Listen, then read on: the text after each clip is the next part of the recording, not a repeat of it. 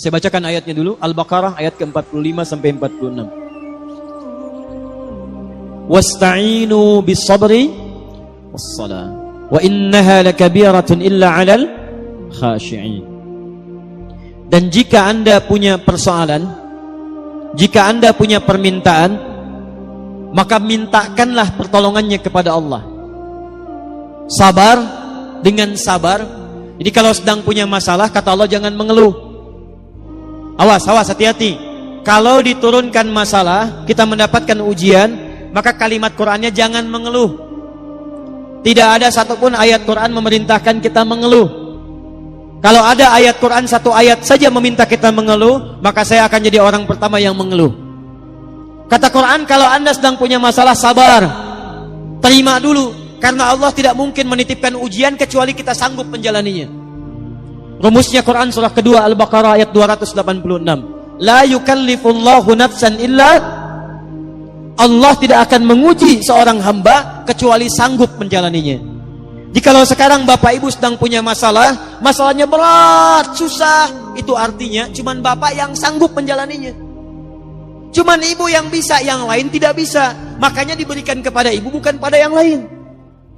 Jangan katakan, ya Allah, kenapa mesti saya? Why me? Kata Allah, why not? Kenapa tidak? Kamu yang sanggup, yang lain tidak. Tapi yang menarik, perhatikan, wassalah, lalu tunaikan salat. Bangun hubungan baik dengan Allah Subhanahu wa taala. Wa innaha lakabiratun illa 'alal khashiin. Dan sungguh salat itu tidak mudah dikerjakan kecuali bagi orang khusyuk. Yang paling menarik, setelah dia selesai salat, buka Quran surah keempat ayat 103. Perhatikan kalimatnya. Fa idza qadaitumus salata, maka jika orang telah selesai mengerjakan salat. Apa ciri salatnya berhasil? Bukan sekedar dia menunaikan salam. Lihat sini. Assalamualaikum warahmatullah. Assalamualaikum warahmatullah. Kata Quran, tidak cukup salamnya disebut sebagai salat yang berhasil. Ciri orang yang berhasil salatnya, teruskan ayatnya. Fadhkurullaha. Maka orang salat yang salatnya tuntas dikerjakan dengan benar, salatnya bisa mengingatkan dia dengan Allah Subhanahu wa taala. Jadi kata Quran, kalau orang benar salatnya, selesai salat dia ingat Allah. Saya ulang, selesai salat dia ingat Allah. Qiyaman, saat berdiri ingat Allah. Wa qu'udan, duduk ingat Allah. Wa ala junubikum, berbaring ingat Allah. Sedangkan kaidah mengatakan, kaidah al-qaidatu taqul, orang yang ingat Allah, alladzi yadhkurullaha fi hayati, orang-orang yang selalu ingat Allah dalam kehidupannya, itu mustahil akan menyimpang dari hukum-hukum Allah. Lihat, orang sholat dekat dengan Allah, selesai sholat ingat Allah. Kaidah mengatakan orang yang ingat Allah mustahil akan menyimpang dari hukum Allah. Sedangkan hukum Allah mengatakan setiap orang yang dekat dengan Allah pasti jadi orang baik. Lihat sini, orang yang dekat dengan Allah, karena Allah sifatnya baik, hukumnya baik, maka orang-orang yang ingat Allah pasti mustahil akan tidak memiliki nilai-nilai kebaikan. Makanya Quran langsung menyebutkan, orang yang ingat Allah, maka matanya hanya akan dipakai pada yang baik-baik. Orang yang ingat Allah, telinganya akan mendengar yang baik-baik. Orang yang ingat Allah, tangannya akan memegang yang baik-baik. Bagaimana cara mengingat Allah? Salat. Karena itu orang yang selesai salat mustahil berbuat maksiat. Otomatis orang yang salat itu akan selalu berperilaku baik dalam kehidupannya. Contoh nih Bu, Pak, apa fungsi mata? Melihat. Tuh.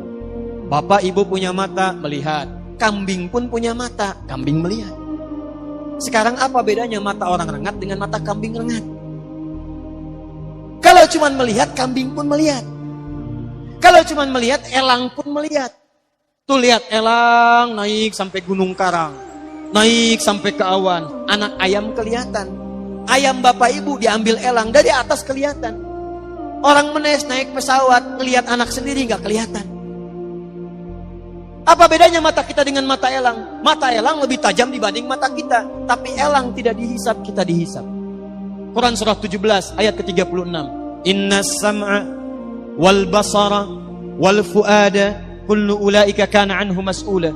Sungguh pendengaran manusia, penglihatan manusia, bahkan pikiran manusia satu saat akan dihisab oleh Allah Subhanahu wa taala. Kalau mata biasa dipakai melihat saja, tapi tidak melihat yang baik-baik, maka hisabnya akan berat bagi orang yang punya mata itu. Maka itu turun ketentuan di Quran surah ke-24. Ayat 30 untuk laki-laki, ayat 31 untuk perempuan. Perhatikan kalimat Qurannya. Qul lil mu'minina yaghuddu min absarihim. Katakan pada orang-orang yang beriman, ciri orang beriman itu salat. Orang yang salat ingat kepada Allah, maka mata orang salat yaghuddu min absarihim, maaf, akan dipalingkan dari perbuatan maksiat. Jadi fungsi mata kita itu, mata orang salat bukan sekedar melihat, tapi melihat yang baik-baik. Kalau tidak baik tidak akan dilihat. Buka Facebook, Masya Allah, lihat status, yang dilihat status istri orang. Mustahil. Jadi kalau Anda benar sholatnya, mustahil pandangannya dipakai untuk maksiat. Keluar dari masjid, Masya Allah, masih ada yang tertukar sandal. Kalau benar sholatnya, mustahil ada yang kehilangan sandal. Di sini ada yang begitu? Tidak, Alhamdulillah, tidak beda. Ya. Tangan orang sholat mustahil maksiat. Datang ke kantor, ditawari disogok, gak akan diterima. Pak, tolong Pak, tanda tangan Pak, 10 juta. Maaf, ini jari tahiyat, tidak akan pernah dipakai maksiat. Sholat. Naik Pak, 100 juta. Sebentar, istikharah dulu ya. Bisa. Jadi kalau benar sholatnya, pasti akan baik kehidupannya. Lisannya tidak akan dipakai mencela. Turun Quran surah 49 ayat ke-11. Ya ayyuhalladzina amanu, iman. Iman pasangannya amal soleh. Turunan amal soleh sholat. La yaskhar qaumin qaum, jangan saling mencela. Jadi kalau ada orang sholat masih mencela, ada yang salah dalam sholatnya. Ini belum sholat sudah dicela imamnya. Siapa imamnya? Oh si fulan. Bunga. Masya Allah. Itu.